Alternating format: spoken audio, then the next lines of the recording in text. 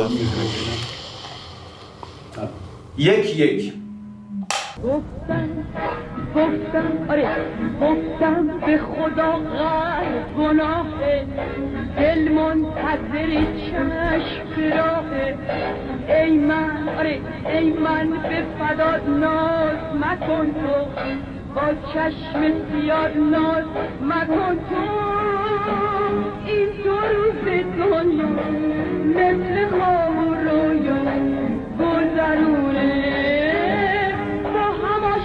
کنی که بهار دوباره گل فشانه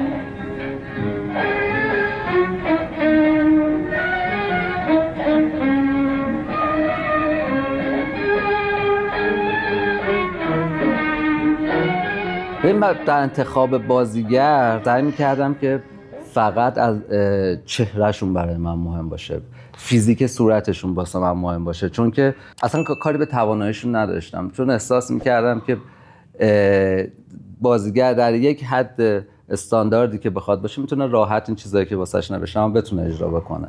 یعنی خیلی چیز پیچیده‌ای از نظر بازیگری من واقعا ننوشته بودم. سعی می‌کردم خیلی همیشه رئال و ناتورال پیش بره. فقط مستقیم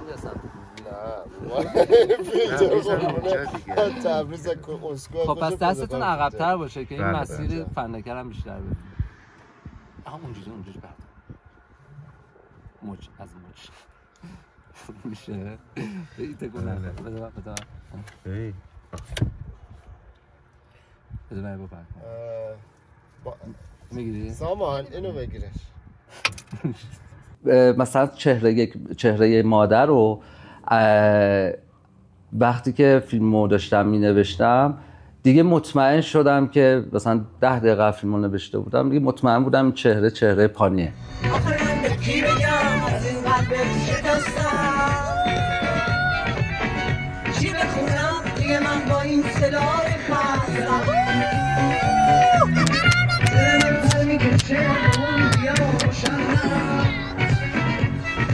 اون مادری که موهاش سفید شده، این غمی که تو چشاش هست و شک نداشتم که اینو پانی باید بازی بکنه. خیلی هم سر این موضوع حساسم که تو چهرت این نباشه، حالا هر چقدر هم بازیگر بزرگی میخوای باشی، ولی برای یک فیلم تو بخوای چهرت و فیزیک صورت تو، حالت نگاه تو عوض کنی، چون به نظر من تهش در نمیاد. به نظر من روح آدم یکیه، اون چیزی که تو درون آدم هست یک حالتیه که تو بخوای اگه تغییرش بدی هر چقدر هم بخواد موفق باشه هیچ وقت اون اصلیه نمیشه، اون چیزی که خود اون آدم هستش، اون حالت نگاهی که داره، اون چیزایی که یه عمر داره باهاش، حالت‌ها و رفتارهایی که بهش عادت کرده. فکر کنم این کارم بازیگرا رو ناراحت میکنه، چون دستشون رو باز نمیذاره که بخوان خیلی کار خاصی بکنن ولی واسه من اونجوری فکر کنم واسه من جواب داده. آره.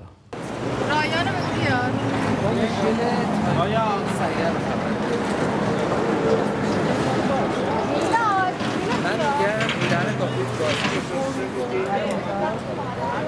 باز کردیم